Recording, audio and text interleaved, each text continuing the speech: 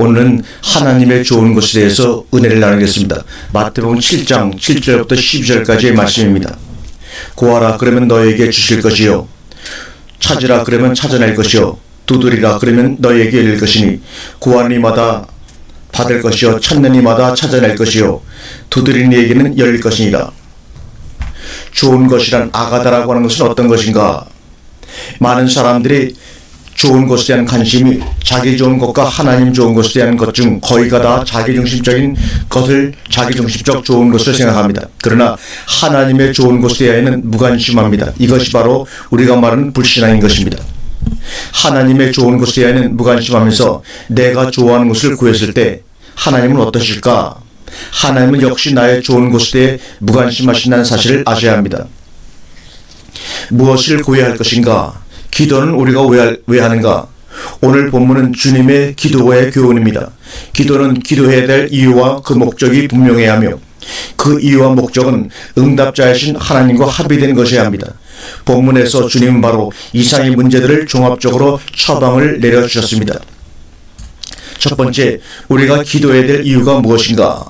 너희가 악한 자이기 때문이라고 말씀하십니다. 오늘 본문 11절 서두에서는 너희가 악한 자라도 좋은 것으로 자식에게 줄 줄 알거든 하심으로 우리를 악한 자라고 단정적으로 처방을 내리셨습니다. 그런데도 이 말씀을 읽는 그리스도인들은 이 처방에 반대하거나 붕괴하지도 아니할 뿐더러 할 줄도 모릅니다. 왜냐하면 나는 적어도 악한 자가 아니기 때문이라는 착각을 하기 때문입니다.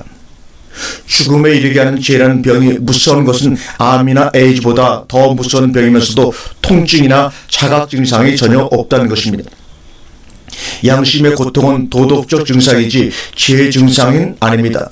오히려 도덕은 죄의 진통제 역할을 해주기도 합니다.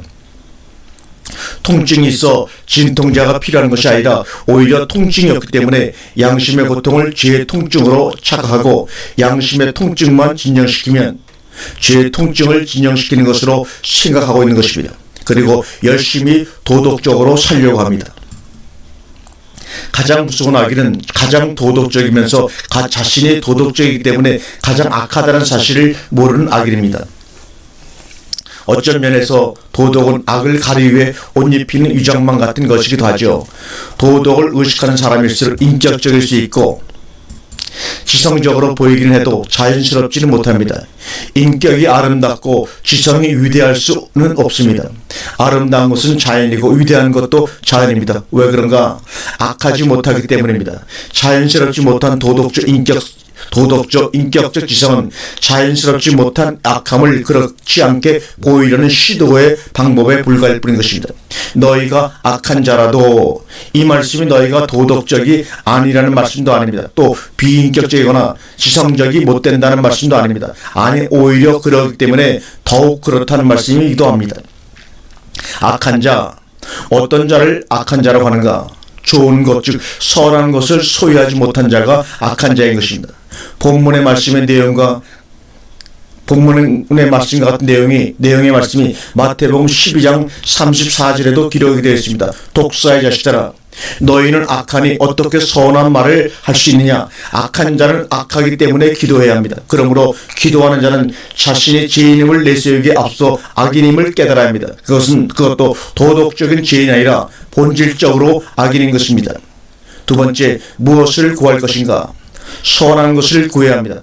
나의 좋은 것을 구하지 말고 하나님의 선한 것을 달라고 기도하라는 것입니다. 가난한 자는 재물을 가지면 부자가 되고 배고픈 자는 음식을 먹음으로 배부른 자가 되는 것처럼 악한 자는 선한 것을 가짐으로 선한 자가 된다기보다는 선한 것을 가진 자가 되는 것입니다. 질그릇에 보물을 담았으면 보물 그릇이 그 질그릇이 보물은 아닌 것입니다. 그러나 보물을 담고 있다는데 그 질그릇의 용도와 가치성이 있는 것입니다. 마찬가지로 악인이 사람이 악인이 아니라 그 속에 선을 수하면 악인이 선이 되는 것이 아니라 악을 가진 자가 선을 가진 자로 바뀌는 것뿐입니다. 그러므로 사도 바울도 로마서 6장 13절에서 너희 지체를 불의의 병기로 죄인에게 드리지 말고 너희 지체를 의의 병기로 하나님께 드리라고 권면하고 있는 것입니다.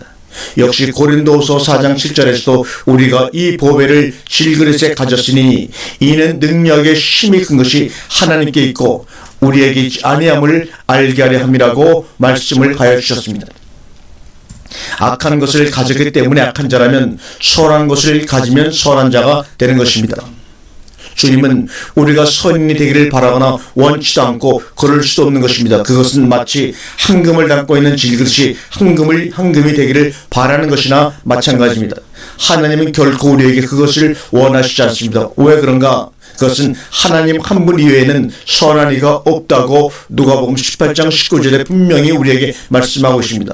악한 우리는 선한 것을 소유하는 것으로 선한 자가 되는 것입니다. 그러므로 기도해야 하고 또 선을 구해야 하는 것입니다. 좋은 것을 구하는 것은 무엇인가? 그를 구하는 것입니다. 우리말 성경들에는 한결같이 그를이라는 대명사가 빠져 있는데 영어 성경들이 한결같이 에스의 힘이 들어가 있습니다. 그러므로 이렇게 번역해야 할 것입니다. 하물며 하늘에 계신 너희 아버지께서 그를 구하는 자에게는 좋은 것으로 주시지 않겠느냐. 그러면 여기서 그가 누구냐를 굳이 논하지 않겠습니다. 왜냐하면 이 글을 읽을 정도의 그리스도인이라면 그 정도는 알 테니까 말입니다. 다만 그를 구하면 무엇들이 오는가를 보도록 하겠습니다. 오늘 본문 9절과 10절을 보면 돌과 떡, 생선과 뱀이 나옵니다. 왜 하필이면 돌과 떡을 대조시켰고 생선과 뱀을 대조시켰는가? 한마디로 말해서 생선과 떡은 기본 식사 양식입니다. 마치 우리들의 밥과 김치처럼 그러므로 구하는 자에게 양식을 주신다는 말씀입니다. 주기도문에 일용할 양식이요 요한복음 6장의 생명의 양식인 것입니다. 그를 구하는 자에게 선한 것을 주시는데 그것은 그들의 생명의 양식이 된다는 말씀인 것입니다. 그러므로 주님은 요한복음 6장에서 내가 아버지를 인하여 사는 것 같이 나를 먹는 그 사람도 나를 인하여 살리라 하신 것입니다. 다시 말하면 내가 아버지를 먹음으로 사는 것 같이 나를 먹는 그 사람도 나를 인하여 살리라는 것입니다. 그런데 문제는 반드시 그를 구해야 한다는 것입니다. 그래야 좋은 것, 곧 양식을 주신다는 것입니다. 다른 말로 바꾸어 다른 것을 구하면 잘못 구하면 돌과 뱀이 주어질 수도 있다는 말입니다. 그러면 돌과 뱀은 무엇인가? 마태복음 4장 마귀의 시험을 보면 바로 알 수 있습니다. 돌들이 떡덩이 되게 하라는 돌입니다. 그렇게 시험한 마귀는 곧 뱀, 옛뱀, 마귀, 사탄, 용인 것입니다. 문제는 이 돌들이 무엇이냐는 것입니다.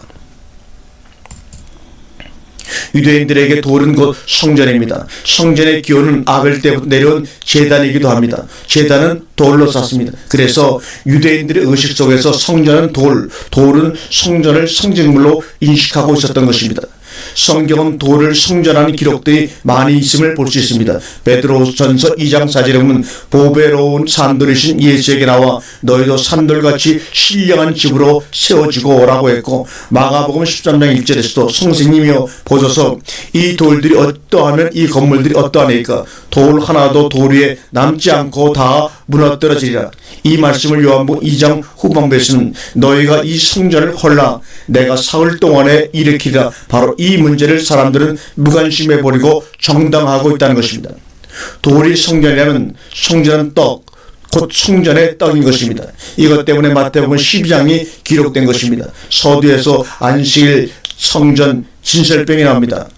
진설병은 돌제단처럼 12지파를 상징하여 12개를 제단 형식으로 쌓는다고 레위기 24장 5절에 나와 있죠.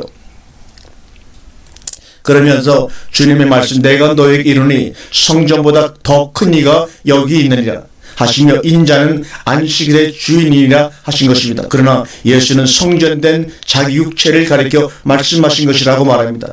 그 돌 성전의 주인들이 누구였으며 무엇을 좋아하는 자들이었냐?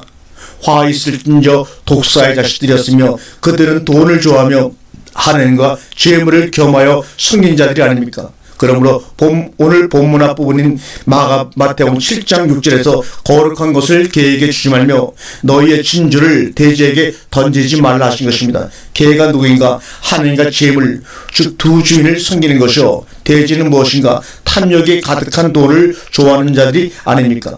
그러면 돌들이 떡이 될 수 있는가? 안식일, 성전, 진설병이 있고 성전보다 더 큰 안식일의 주인이 계십니다. 그렇기 때문에 마태복음 12장 33절은 나무도 좋고 실과도 좋다든지 나무도 좋지 않고 실과도 좋지 않다 하든지 하라. 그 실과로 나무를 아느니라 하시며 독사의 자식들아 너희는 악하니 어떻게 선한 말을 할 수 있느냐 하셨고 계속해서 이는 마음에 가득한 것을 입으로 말함이라 하셨던 것입니다.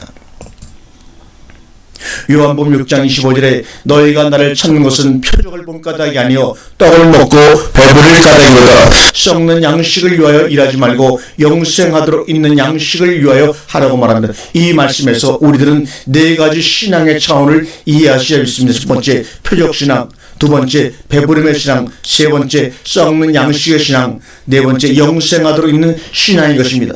네 번째 영생하도록 썩는 양식은 하나님의 떡으로서 하나님의 떡은 하늘에서 내려 세상에게 생명을 주는 것이니라. 돌떡이 아니라 생명의 떡입니다. 생명의 떡이 바로 그인 것입니다. 그러므로 그를 구하고 그를 찾고 두들려야 하는 것입니다. 그러면 하물며 너희 아버지께서 그를 구하는 자에게 좋은 것 생명의 떡을 주시지 않겠냐가 되는 것입니다. 누가복음의 저자는 좋은 것을 성령으로 기록했습니다. 누가복음 11장 13절입니다.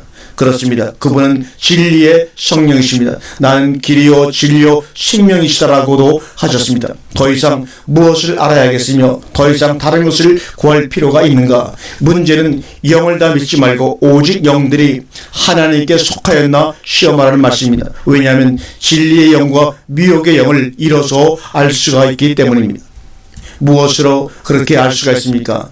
예수 그리스도께서 육체 안으로 오신 것을 시인하는 영인가 아니면 예수 그리스도께서 육체 안에 오신 것을 같이 말하는 것으로 알 수가 있습니다. 그것이 뭐 그리 중요한가? 이렇게 대물을 분도 계십니다. 너희 안에 계신 이가 세상에 있는 이보다 크시기 때문입니다. 그것이 우리에게 우리의 삶에 무슨 효력이 있는가? 자녀들아 너희는 하나님께 속하였고 또 저희를 이겼기 때문입니다.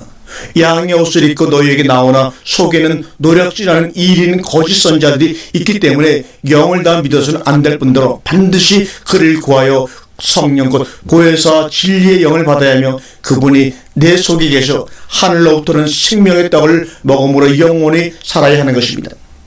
악한 자이기 때문에 선한 것이 필요하며 필요하기 때문에 구해야 하며 구하는 이마다 얻고 찾는 이가 찾으며 두드리는 이에게 열릴 것이라고 주님이 오늘 우리에게 말씀합니다. 오직 그의 나라와 그의 일을 구하라. 그리하면 이 모든 것을 너희에게 더하시라고 오늘 이 시간에 하나님께서는 우리에게 약속을 해 주셨습니다.